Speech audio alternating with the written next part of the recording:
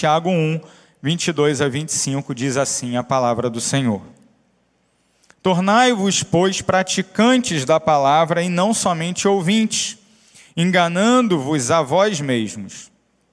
Porque se alguém é ouvinte da palavra e não praticante, assemelha-se ao homem que contempla num espelho o seu rosto natural. Pois a si mesmo se contempla e se retira, e para logo se esquece de como era a sua aparência.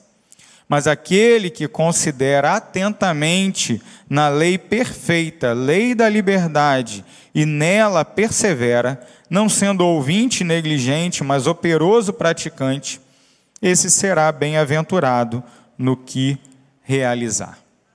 Senhor Deus, te agradecemos pela tua palavra e pedimos que o Senhor nos instrua nessa noite, que o Senhor nos ajude a compreender o privilégio que é, a alegria que é, ir além de apenas ouvir a tua palavra, mas sermos também, de fato, praticantes da tua palavra.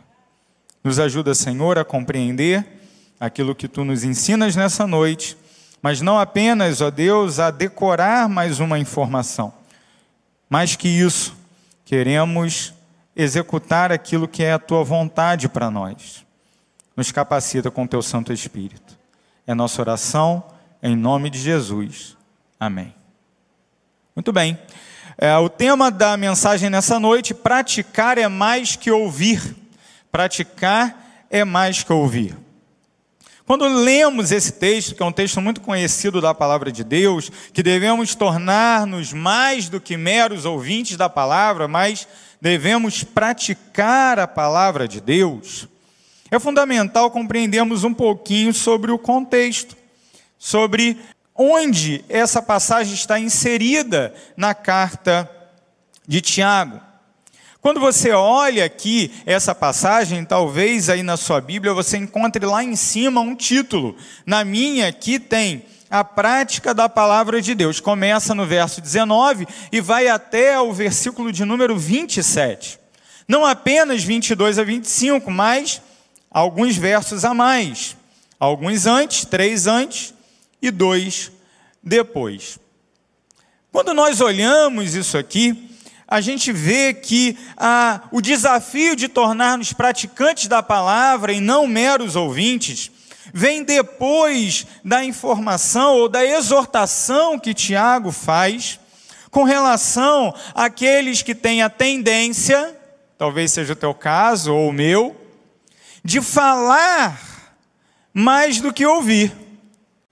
Adotar muitas vezes uma postura irada no falar e no agir, nossos ouvidos eles se fecham, nossa boca passa a falar sem pensar e os resultados são sempre os piores possíveis.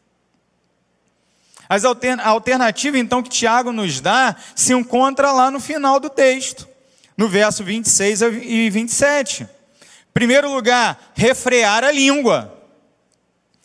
Se falamos muito e ouvimos pouco, precisamos deliberadamente fechar um pouquinho mais a nossa boca. Afinal de contas, em boca fechada não entra mosca. Não é? Além disso, Tiago diz que devemos refrear a língua, mas também fazer o bem. Fazer o bem àqueles que necessitam. Veja que no verso 27, vemos que a religião pura e imaculada é visitar os órfãos e as viúvas nas suas tribulações. Aqueles que padecem necessidade podem ser atendidos. Então, ao invés da gente ficar falando, se aborrecendo, que tal ir até alguém que precisa da nossa ajuda? Terceiro lugar, terceira alternativa que Tiago dá àqueles que falam demais e ouvem de menos, é guardar-se puro das propostas do mundo. E assim termina o verso 27. Contudo, quando nós lemos essa moldura na qual o desafio de sermos praticantes da palavra e não meros ouvintes se enquadra, salta aos meus olhos e talvez ao seu também, que no verso 21 ocorre uma ordem, ocorre um mandamento, O mandamento de acolher, assim está na minha versão. Acolhei a palavra em vós, implantada com mansidão, a qual é poderosa para salvar a vossa alma. Mais do que simplesmente acreditar na Bíblia, mais do que simplesmente estudar a Bíblia, é fundamental que nós acolhamos a mensagem da Bíblia. Quando olhamos no texto grego, vemos que o verbo presente aqui na língua original é derromai. E olhando o dicionário padrão que nós utilizamos para o grego do Novo Testamento, vemos que essa palavra traz a ideia de indicar aprovação ou convicção ao aceitar. Ser receptivo, estar aberto a, aprovar, aceitar. Mais do que simplesmente decorar a Bíblia, é necessário recebê-la. É necessário acolhê-la em nosso coração. O verbete no Dicionário Teológico do Novo Testamento, de Gerhard Kittel, diz que o Novo Testamento fala em receber o Evangelho ou a palavra de Deus. Alguém pode também receber o seu conteúdo, ou seja, o reino de Deus, a graça de Deus, ou o amor pela verdade. Nesse sentido, então, a palavra grega aqui, derromai, se equivale à fé. Ela aponta para o fato de que em relação a Deus não só podemos receber. Ao ouvir o Evangelho, nós só podemos receber. Ao ouvir o Evangelho, entretanto, somos libertos por Ele. Sim. Quando o Evangelho nos é proposto, não há nada que nós possamos fazer para angariar o favor de Deus. Nós apenas recebemos. Mas essa recepção da palavra de Deus vai muito além a simplesmente uma decoreba, ou até mesmo além do próprio estudo acadêmico, que sem dúvida tem seu valor e é importante, mas envolve fazer com que o nosso coração esteja inundado por esta palavra, de modo que ela transborda no nosso comportamento. Ainda a título de introdução e olhando esse texto dentro do seu contexto, me parece que Tiago, ele faz ecoar as palavras de Jesus na conclusão do Sermão do Monte. Quando você volta os olhos para o Evangelho de Mateus, capítulo 7, versos 24 a 27, nós lemos algo que tem um paralelo muito grande com esta palavra de Tiago. Todo aquele, pois, que ouve estas minhas palavras e as pratica, será comparado a um homem prudente que edificou sua casa sobre a rocha. E caiu a chuva, transbordaram os rios, sopraram os ventos, deram com ímpeto contra aquela casa que não caiu, porque foi edificada sobre a rocha. Porém, verso 26 mostra o contraste. Perceba, e todo aquele que ouve estas minhas palavras e não as pratica, será comparado a um homem insensato que edificou a sua casa sobre a areia. E caiu a chuva, transbordaram os rios, sopraram os ventos e deram com ímpeto contra aquela casa. E ela desabou, sendo grande a sua ruína. Parece que Tiago tem essas palavras de Jesus em mente. Aquele que edifica a sua casa sobre a rocha é aquele que não apenas ouve a palavra, mas, ouvindo, põe em prática. Entendo, portanto, que nos versos 22 a 25, que é o texto que estamos estudando nessa noite, Tiago traz o seguinte argumento: só pode refrear sua fala, fazer o bem e guardar-se do mal aquele que acolhe a palavra de Deus. Praticar, portanto, é mais que ouvir. Este argumento se desenvolve, então, no texto de 3 maneiras. Primeiro, a gente vê no verso 22, permita-me reler para você: tornai-vos, pois, praticantes da palavra e não somente ouvintes, enganando-vos a vós mesmos. Acolher é praticar a palavra. É algo muito simples. Falamos de praticar aqui já algumas vezes, desde esse início de mensagem. Mas é muito importante que você acompanhe como o autor elabora o seu argumento. Porque aí quando você ler em casa, você vai ver um pouquinho como que a gente lê corretamente a Bíblia. Alguém escreveu esse livro. E essa pessoa que escreveu esse livro tem uma intenção. E a intenção está expressa nas palavras do texto. Veja que o verso 22 começa com uma ordem. O verso 21 tem no seu núcleo, no seu centro, a ordem: acolhei. Como você vai acolher?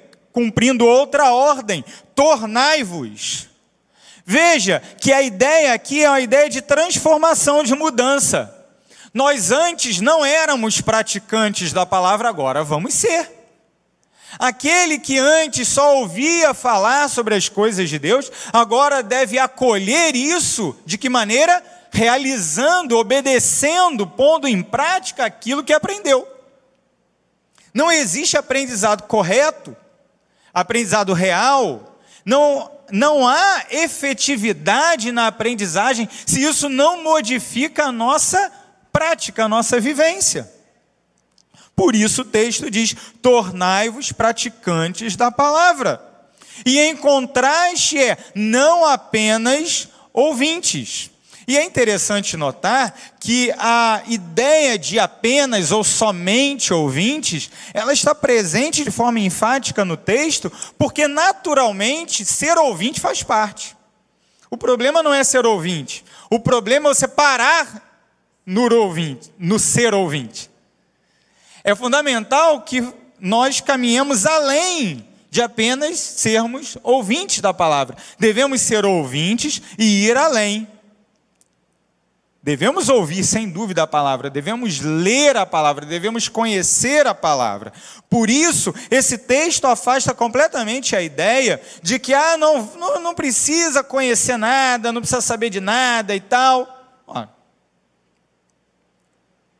Não precisa saber doutrina, não precisa... Como assim? Você não sabe, você vai obedecer o quê? Você não tem o que obedecer. Porque você não pode obedecer a ordem que você não conhece. Nós só obedecemos a ordem que já conhecemos. Não é assim? Ninguém pode achar que apenas cumpre a palavra de Deus em apenas ouvir, sem permitir que nada mude em sua vida. Como diz o pastor Hernandes Dias Lopes, não basta ouvir ou ler a palavra, é preciso praticá-la. Não basta apenas o conhecimento da verdade, é necessário também a prática da verdade. Muitos crentes marcam sua Bíblia, mas a Bíblia não os marca. É difícil marcar a Bíblia, sabe por quê? Se você faz isso, eu não estou lhe condenando, não. Mas sabe por que é difícil marcar a Bíblia? Porque normalmente a gente marca no texto as partes mais importantes, não é isso? É tudo importante. É tudo palavra de Deus. Você vai marcar do início ao fim, do Gênesis ao Apocalipse, não é? É por isso que eu não marco nada, que a minha Bíblia é lisa. Todas elas são. Elas vão se desfazendo com o uso, sabe? A gente vai usando, aí ela vai desmontando. Mas eu não marco porque todas as palavras são importantes. Sabe? Todas as palavras são importantes, mas se você marca, não tem problema nenhum em fazer isso, tá? Por favor. O texto do verso 22 termina com um grande alerta. Qual é o alerta? Ouvir sem praticar é auto-engano, é mentir para si mesmo. Eu sou um baita crente, sabe, pastor? Primeiro porque eu sou membro da PIB de Campo Grande. Está lá no hall de membros, está no Atos 6. Segundo, porque eu não falto um culto. Eu estou em todas. Domingo de manhã, domingo à noite, quarta-feira, não é? Sexta-feira, quando tem radical, quando tem ímpar. Quinta-feira eu vou até no culto dos surdos, não é? Não entendo nada de Libras, mas eu vou. Ainda bem que alguém traduz lá, né, Luiz? Para o português. Glória a Deus. Aí a gente se sente um pouquinho, né, como eles se sentem no culto aqui dos ouvintes. Não falta um culto. Sei tudo que se fala lá na igreja. Que bom. Até na EBD eu vou. Opa, muito bom. Não deixe de ir à EBD. Domingo que vem volto presencial, hein? Não se esqueça disso. Que bênção. Mas se você ouve esse montão de coisa e não faz nada com isso. Você está mentindo para si mesmo. Você está enganando a si mesmo. Sou quem falo, é a palavra. Aquele que é apenas ouvinte, engana a si mesmo. Contudo, o chamamento do texto é para a transformação. Tornai-vos praticantes, mais que ouvintes. Porque aqueles que param em ser apenas ouvintes, enganam-se a si mesmo. É muito fácil, queridos, nós assumirmos a doutrina ortodoxa de boca para fora. É muito fácil. Conhecer a teologia bíblica, a teologia correta, é muito fácil, queridos. Tem tanto livro bom aí para você ler. E ler não é algo assim tão difícil.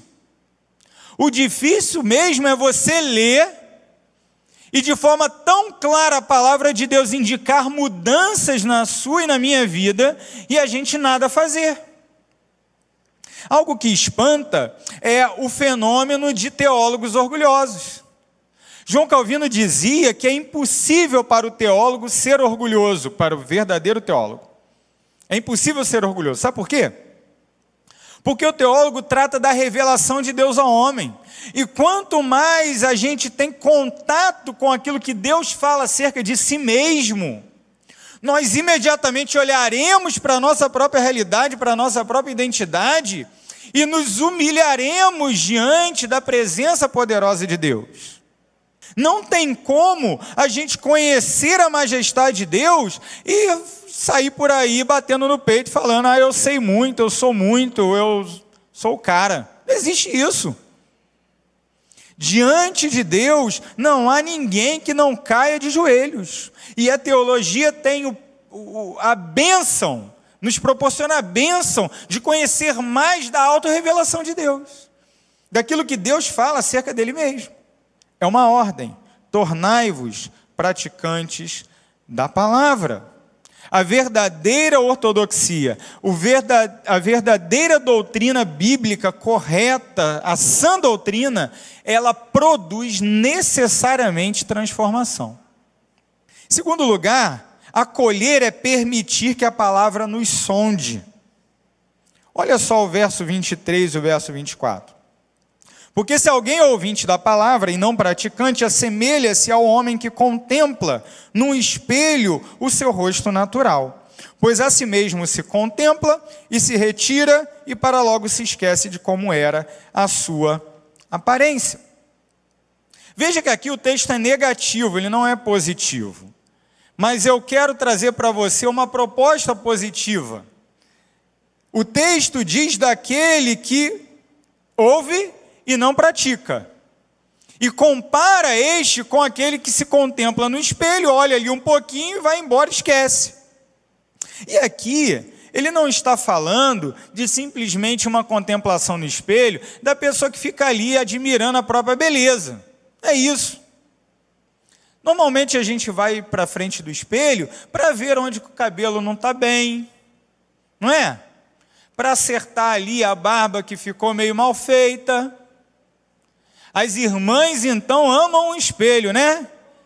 Ficam ali, às vezes, horas de frente para o espelho, vendo a maquiagem, vendo um monte de coisa, achando defeito que só ela acha. Ninguém mais está vendo aquele defeito, mas a irmã está vendo ali, fala, misericórdia, estou ficando velha, estou achando um monte de defeito. Acontece que se você achou ali no espelho aquela parte do seu cabelo que está desgrenhada, aquela parte da maquiagem que está borrada, aquela espinha ali que você precisa tirar para não ficar aquela coisa feia, se você identifica tudo aquilo e não faz nada com isso, simplesmente vira de costas para o espelho e segue, e esquece que tem a espinha na cara, esquece que está com a maquiagem borrada, esquece que está com o cabelo todo troncho, você é igual o cara que ouve e não pratica. Esse é o contexto do texto. E é muito interessante, porque filósofo cristão, filósofo e teólogo cristão que viveu no século XIX, Søren Kierkegaard, dinamarquês, ele trata da questão da interpretação bíblica a partir desta passagem, e ele compara esse texto, ou ele alude a esse texto com 3 parábolas. Primeiro é a própria parábola do espelho. Ele fala daquele que olha no espelho, porém, ao invés de examinar-se no espelho para poder se ajeitar, se arrumar, se corrigir, ele começa a olhar o espelho. O espelho não existe para a gente olhar as dimensões dele, a moldura dele. Não, o espelho existe para a gente ver a nossa própria imagem nele.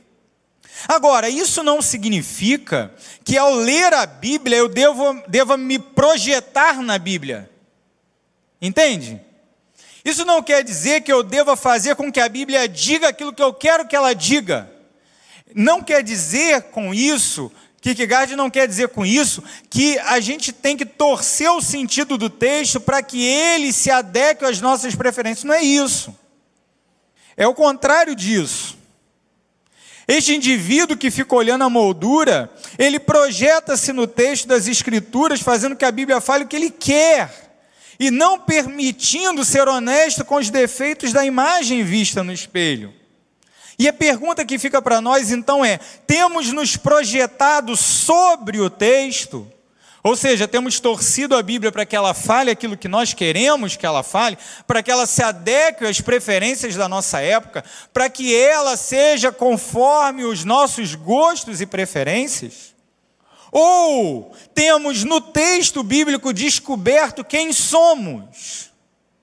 É muito interessante nós percebermos que ao ler a Bíblia, ela nos sonda, ela nos corrige, ela nos trata, ela entra onde ninguém mais entra. Ela trata de áreas que nós queremos esconder de todo mundo, mas a Bíblia não permite que isso aconteça. Ela é espada afiada. E se o autor de Hebreus escrevesse esse texto nos dias de hoje, talvez ele usasse outra imagem, não a da espada, mas talvez a do bisturi do cirurgião. É fantástico ver. E eu só vejo em filme, porque ao vivo eu jamais teria coragem de ver uma cirurgia lá de peito aberto. Eu ia desmaiar na hora. Na hora. Comigo não dá certo isso daí. Mas é muito legal quando a gente vê no filme, o camarada vai lá, né? Com um bisturizinho pequenininho, ou com uma pinçazinha cirúrgica pequenininha, e ele faz a cirurgia com uma precisão impressionante. É muito legal isso daí. A palavra de Deus é esse bisturi preciso, que faz a cirurgia, a verdadeira cirurgia espiritual, que entra no nosso coração, na profundidade de quem somos, e nos trata, e nos corrige, e nos transforma, e arranca aquilo que está podre, e coloca aquilo que é bom. A Bíblia, portanto, não pode ser um texto que nós abordamos colocando coisas, informações nela. Pelo contrário, nós devemos buscar na Escritura que ela mesma nos sonde. Nós devemos nos olhar no espelho e sermos muito sinceros com a imagem que ali vemos. A segunda parábola que Kierkegaard conta é aquela que compara o texto bíblico a uma carta recebida, a carta de um homem, que um homem recebe da sua amada. Ora, hoje não tem mais muito isso, né? Mas na minha época ainda tinha, sabe, Angélica? Já tinha e-mail e tal, já tinha. Eu não sou tão velho assim, tá? Mas não tinha graça mandar e-mail para a namorada, né? O legal era mandar a carta escrita. Então, eu e Josi, nós temos lá uma caixa de cartas em casa, não é? Cartas que nós mandávamos um para o outro. E é interessante porque a gente morava perto, né? Era da mesma igreja, mas mesmo assim a gente mandava carta. E às vezes até mesmo pelo correio, né? Aí o correio agradecia, porque ganhava um dinheirinho para mandar a cartinha para perto aqui mesmo, né? Como é legal receber a carta da pessoa amada, não é verdade? Agora, esse homem da parábola de Kierkegaard, ele recebe a carta da sua amada, e quando ele abre a carta da sua amada, ele dá de cara com um texto numa língua estrangeira que ele não conhece. Ele sabe que é dela, mas o texto está escrito numa outra língua. Ele então corre, acha um dicionário daquela língua e começa a traduzir palavra por palavra. O amigo dele chega então e pergunta: o que você está fazendo? Você está lendo, então, finalmente a carta, a tão esperada carta da sua amada? Ele fala: não, eu não estou lendo a carta da minha amada. Eu estou sofrendo folheando um dicionário. Porque, sem dúvida, é muito diferente a experiência de você ler a carta do seu amado, da sua amada, e compreender imediatamente aquilo que está escrito ali, e você tem que fazer esse trabalho árduo de garimpar palavra por palavra no dicionário. Kierkegaard compara esse trabalho desse homem caçando as palavras no dicionário com a tarefa daqueles chamados críticos dos seus dias, da erudição bíblica dos seus dias, aqueles que queriam fazer um escrutínio histórico, filológico, profundo do texto bíblico. E aqui a gente está falando, talvez, do auge daquilo que a gente chama de liberalismo teológico, lá no século XIX, que ainda tem ecos hoje, infelizmente. Mas basicamente é aquele pessoal que olha para a Bíblia e fala: é um livro como qualquer outro, vamos dissecá-lo, vamos tentar identificar as suas partes, vamos retalhar ela nos seus pedacinhos, a fim de publicar um novo artigo, de vender mais livros, de ganhar mais um doutorado. A Bíblia não é isso, irmãos. E, lamentavelmente, esse tipo de abordagem da Bíblia faz com que muitos crentes tenham aversão à boa teologia. Isso é muito triste, porque a boa teologia não é essa. A boa teologia não disseca a Bíblia. A boa teologia é aquela que se permite moldar pelas palavras da Bíblia. Nós estudamos, sim, palavra por palavra, mas não apenas para, no final das contas, dizer o que significa cada uma das palavras do grego, do hebraico e do aramaico. Não. Tudo isso tem um valor muito maior, porque a Bíblia é a carta do nosso amado. Eu não estou abrindo a Bíblia para me degladiar com os meus livros, com a minha biblioteca. Eu abro a minha Bíblia para que Deus fale comigo. Assim deveria ser. E da mesma forma como esse homem estava ali sofrendo para tentar decifrar as palavras da carta da sua amada, há pessoas hoje que tomam a Bíblia para olhar para o espelho ao invés de olhar no espelho. O que ele queria saber é o que a sua amada tinha para ele, e não o que cada uma daquelas palavras naquela língua, sabe lá de onde, queria dizer. Qual é o produto, então, do nosso estudo bíblico? Simplesmente erudição? Simplesmente uma cabeça mais inchada? Ou, de fato, o trato de Deus em nós e dentro de nós? Assim deveria ser. A terceira parábola de Kierkegaard é a do decreto real. Um rei envia um decreto aos seus súditos que, ao invés de ler e cumprir a ordem, põe-se a fazer interpretações do texto do decreto, sem nada fazer a respeito do seu conteúdo. Parece até o judiciário brasileiro. A ordem está ali, claro, é só ler. O que os caras fazem? Não, vamos interpretar. E aí as interpretações se multiplicam aos milhares, de modo que todo mundo está preocupado em apresentar uma nova interpretação, mas ninguém está preocupado em executar a ordem que o rei deu. Para que um rei dá uma ordem? Para que o seu povo cumpra a sua vontade.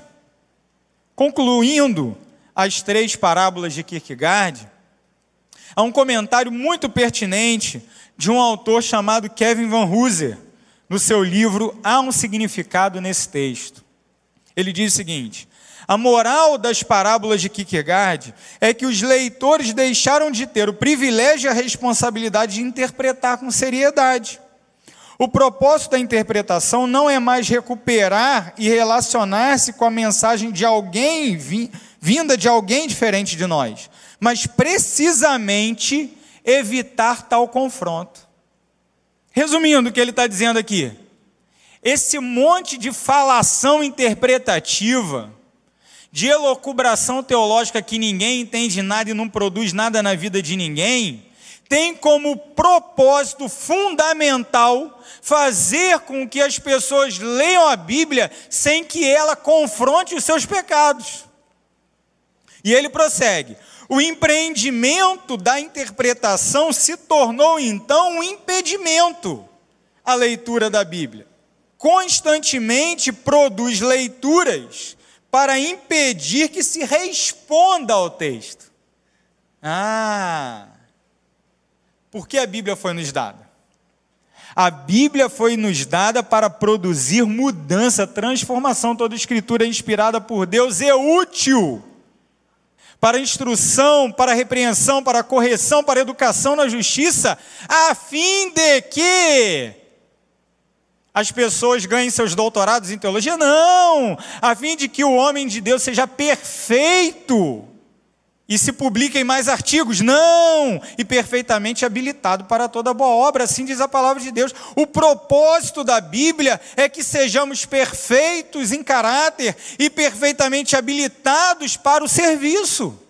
Se a gente não tem isso como resultado do nosso estudo bíblico, tem alguma coisa muito errada. Fritz Grunewald vai dizer o seguinte no seu comentário de Tiago: entre as duas capas de nossa Bíblia, nos são mostrados o diagnóstico e a terapia de Deus após a catástrofe do pecado em relação a cada indivíduo e à humanidade como um todo. A Bíblia é o tratamento de Deus para a nossa doença. Nela nós encontramos o diagnóstico, o nome da doença, e o tratamento, o medicamento para nos curar a doença. Se eu busco na Bíblia qualquer coisa diferente disso, eu distorço o seu propósito. Por último, acolher a palavra no nosso coração é experimentar liberdade e felicidade. Perceba o que Tiago diz no verso 25. Mas aquele que considera atentamente na lei perfeita, lei da liberdade, e nela persevera, não sendo ouvinte negligente, mas operoso praticante, esse será bem-aventurado no que realizar. Acolher a palavra é experimentar da sua suficiência, é experimentar da sensação gostosa de ler a carta do amado. A palavra, ela é sim lei. E muitas vezes, ao ouvirmos a palavra lei, nós reagimos negativamente porque não gostamos de ser mandados por ninguém. Contudo, essa lei que é perfeita, segundo Tiago nos diz aqui, ela também é uma lei que não nos oprime ou nos escraviza. Pelo contrário, é uma lei que produz liberdade. Porque ou você segue a lei do pecado, ou você segue a lei de Deus. Ou você será escravo do pecado, que vai produzir a morte espiritual para você, ou você é escravo de Deus, que te comprou da morte para a vida. A lei de Deus é a lei da liberdade, ela produz uma vida verdadeiramente livre. Acolher a palavra de Deus, então, proporciona o experimentar dessa verdadeira liberdade. Mas para isso, nós não podemos ser ouvintes negligentes. A palavra aqui é forte. A palavra aqui é forte. Todo professor, ele discerne o aprendizado do seu aluno no olhar, na face do aluno. A máscara, inclusive, atrapalha muito isso, sabe? A gente dá aula, quando a gente dá aula, a gente vê todo mundo mascarado, a gente às vezes não sabe muito bem mais se o cara está aprendendo, se não está aprendendo. Mas normalmente a gente olha no olho do nosso aluno e a gente sabe se a gente tem que reformular a frase, se a gente tem que explicar de novo, não é? Do púlpito, isso acontece também, mesmo sendo um espaço muito maior e uma quantidade muito maior de pessoas, nós discernimos no olhar das pessoas a resposta àquela palavra que está sendo lançada. E é claro, irmãos, nem todos recebem com atenção. Muitas vezes a gente olha assim daqui de cima e a gente faz um esforço para não se incomodar com o irmão que às vezes está cansado, veio com sono para o culto, né? E às vezes acaba dando aquela cochilada, aquela queda de cabeça, né? A gente releva no amor de Cristo, né, Angélica? Mas acontece isso também. Já acontecia desde a época do Novo Testamento, né? Lembram daquele menino que estava na janela e Paulo pregou e se estendeu muito na mensagem e aí ele, caiu da janela. E aí precisou ser ressuscitado ali porque ele caiu e foi grave o negócio, não é? A lei de Deus é a lei da liberdade. Então, quando eu vou além de ser um ouvinte, passo a ser um praticante da palavra, eu experimento verdadeira liberdade. Me livro da escravidão do pecado e vivo para Deus. Se o Filho vos libertar, verdadeiramente sereis livres. Só há liberdade debaixo das asas do Filho de Deus.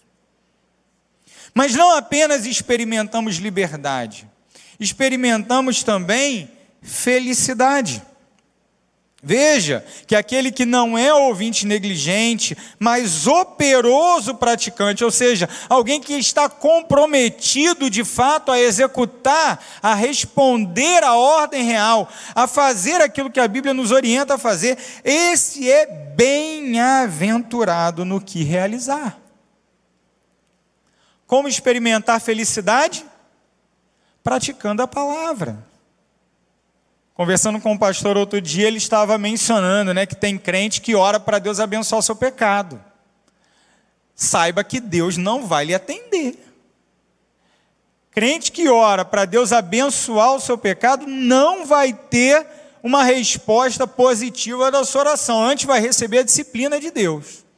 E louve pela disciplina.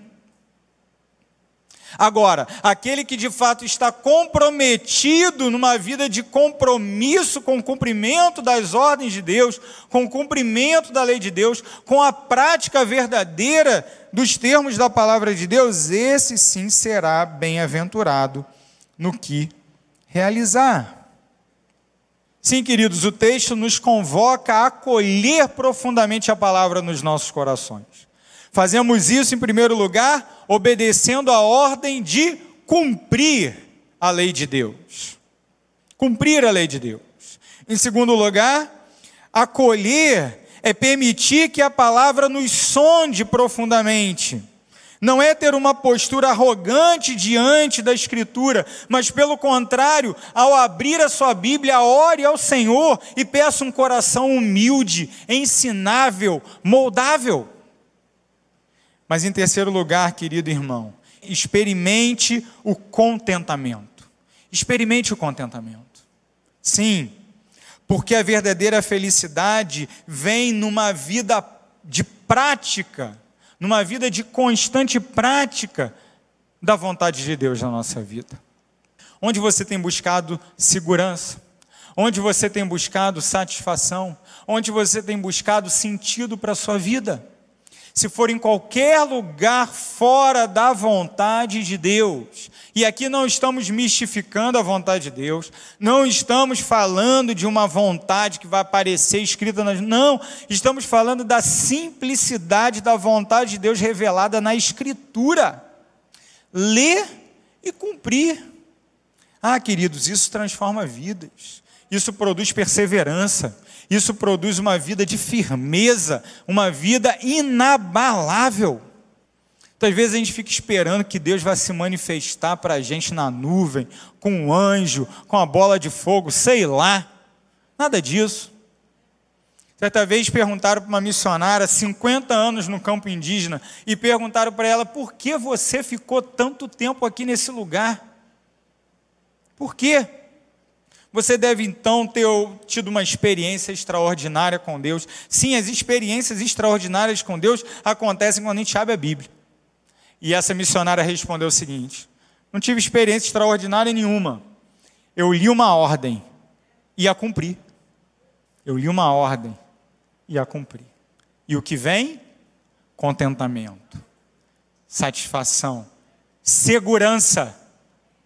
Segurança não é a tua matrícula em órgão público não, querido. Esquece isso daí. Segurança não é o concurso que você passou. Não. Segurança não são os diplomas que estão pregados na parede. Não.